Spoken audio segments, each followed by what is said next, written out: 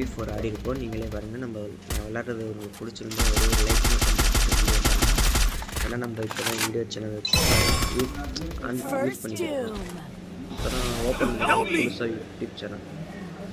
அதான் எப்படி பேசணும் இல்லை. நான் இந்த இதில் வந்து அந்த 2 பேரும் ஒரே என் டீமுக்கு நிறையவே பண்ண போகிறேன்.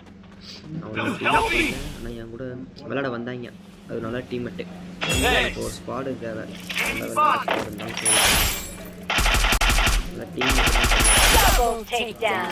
இதில் வந்து கில்டு இன்வைட் கொடுத்துருக்கேன் டீம் கோடு. அதில் வந்து ஜாயின் பண்ணிக்கணும்.